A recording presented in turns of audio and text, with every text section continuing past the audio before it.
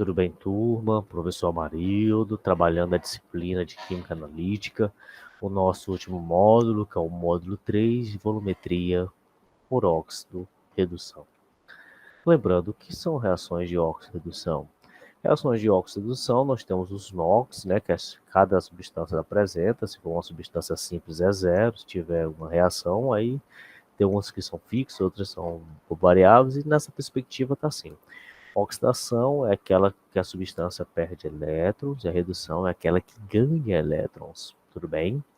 Então tá aqui, ó, o sódio passou de 0 para mais 1, então o NOx aumentou, é a oxidação. Já o cloro passou de 0 a menos 1, então o NOx diminuiu, então processo de redução. É igual essa linha aqui, ó, o hidrogênio passou de 2 para mais 1, então aumentou o NOx, oxidação. O cloro passou de 0 para menos 1, diminuiu, então ele é redução. Beleza. Então, olha aqui, então nós estamos falando em situações como se fosse uma reação de uma pilha, né? Está aqui, essa é a reação do zinco de oxidação e do cobre de redução. Vamos ver os agentes. O que são agentes? Se ele sofre oxidação, então o outro tem que sofrer redução, concorda? Então, se ele sofre oxidação, o agente redutor, ele faz com que o outro sofra redução. Se ele sofre oxidação, é um agente redutor. Se ele sofre redução, então ele faz com que o outro sofra redução, tem agente redutor. Professor, você está falando então que oxidação é agente redutor, se redução é agente oxidante, digo sim.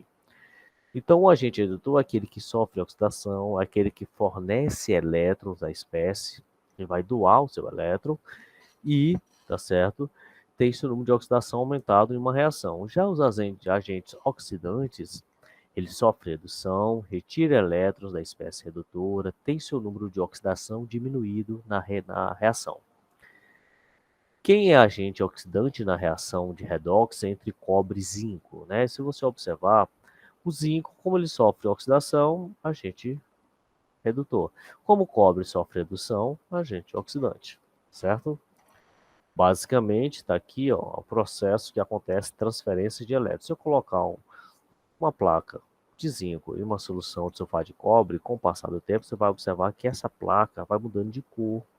Aconteceu a conversão química? Não, é porque o cobre está sendo anexado na placa, tá certo? Mas por que o zinco oxida? E por que o cobre reduz? O que isso tem a ver com o assunto de oxidação?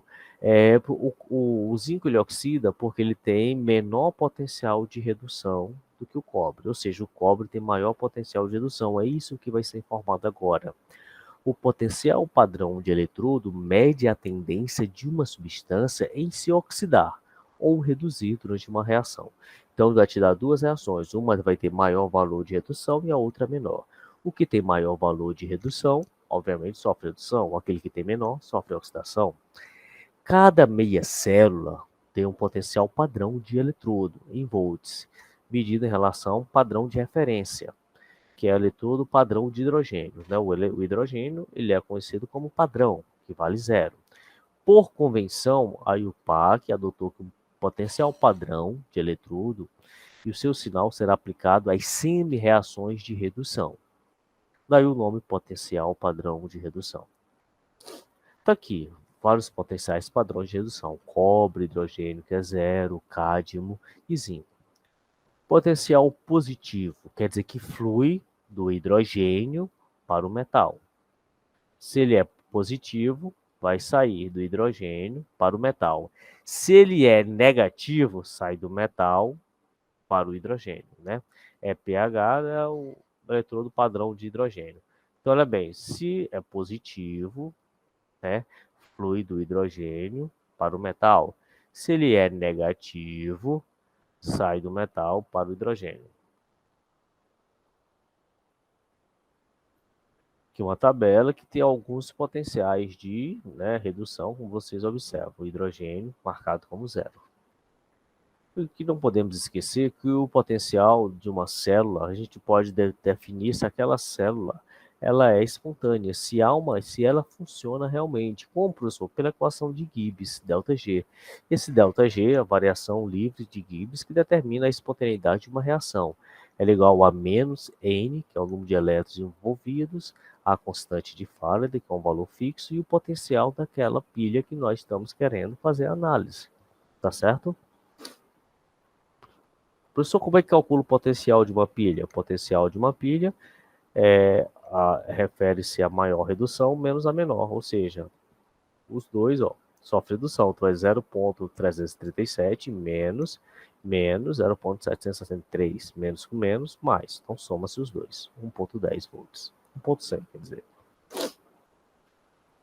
Agora, turma, vamos para a equação de Nernst. A equação de Nernst é uma situação, por exemplo, qual a situação padrão? Concentração de 1 mol por litro a uma pressão de 1 atm a condição ambiente, né? Temperatura ambiente. O grande problema é quando está em situação diferente de 1 mol por litro. Quando é uma concentração diferente de 1 mol por litro, né, utiliza-se a equação de Nernst. Por quê? Porque ele relaciona o potencial real da meia célula com as concentrações da espécie oxidada e reduzida. Então, ele vai te formar o potencial real que aquela célula apresenta, tá certo? Com as concentrações das espécies oxidadas. Lembrando que o E são os potenciais, o R é a constante universal dos gases, 8,3, T é a temperatura em Kelvin, N é o número de elétrons envolvidos, F é a constante de Faraday, Ln, como vocês viram em matemática, é o logaritmo neperiano das concentrações, ou seja, das molaridades das substâncias envolvidas, tá? Geralmente, tá aqui é redução sobre oxidação, como você observa. Tá aqui, ó. Potencial é o potencial do eletrodo menos constante universal dos gases vezes temperatura vezes NF logaritmo neperiano. O que acontece? Para transformar logaritmo neperiano na base 10, é só multiplicar por 2,3. Então, nós vamos usar isso aqui logo. Ó. Potencial, né, em situação diferente de 1 mol por litro, é igual ao potencial padrão em concentração 1 mol por litro, menos 0,0592 sobre N. Quando chegou esse valor? Foi feito assim, 8,3 vezes 273. Tá certo? Que é até a 0 graus Celsius. Dividido por 96.500, que é a constante de Faraday, chegou a esse valor, 0,0592. Então, o potencial é igual ao potencial padrão menos 0,0592 sobre N, que é o número de elétrons envolvidos, vezes log, né, vezes o concentração de redução elevado ao seu coeficiente de balanceamento sobre a concentração de oxidação elevado ao seu coeficiente de balanceamento. Lembrando que nós vamos levar em consideração na perspectiva de 25 graus Celsius, que é a temperatura ambiente. Então, nesse caso, R, que é 8,3, vezes 25, que é Celsius, mas em Kelvin, então fica 8,3 vezes 298 dividido, tá certo? Dividido, turma, pela constante, né? Nesse caso, 96.500, chegamos à conclusão que deu 0,0592. Tudo bem? Aí, nós temos a seguinte situação, que nós podemos fazer análise. Olha aqui, turma, análise.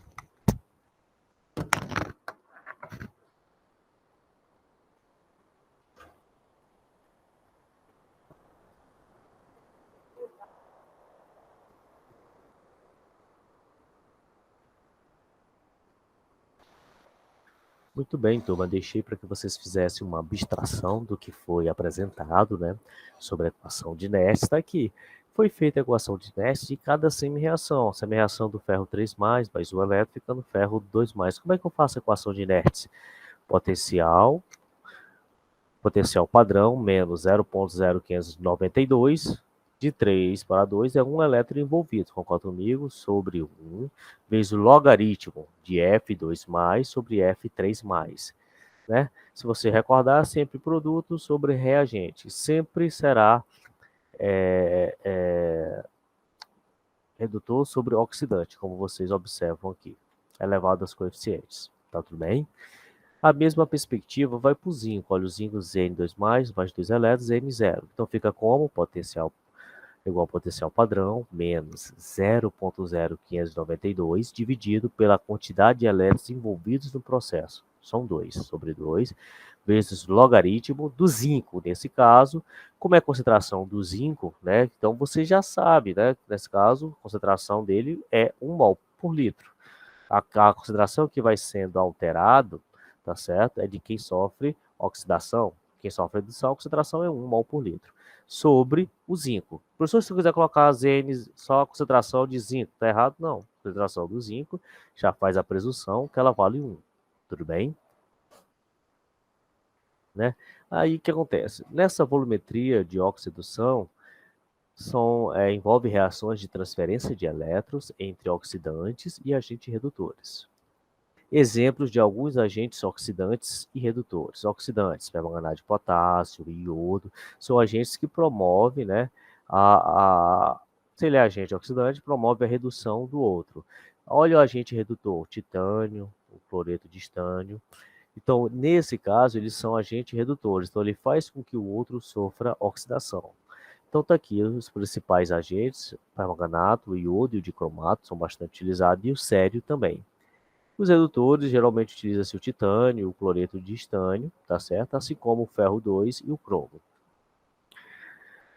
Assim, os indicadores usados em volumetria por oxidação, né, o primeiro método, o reagente ele é fortemente corado e ele próprio pode, então, atuar como indicador. Ou seja, o próprio reagente, quando ele está fortemente corado, ele é o indicador.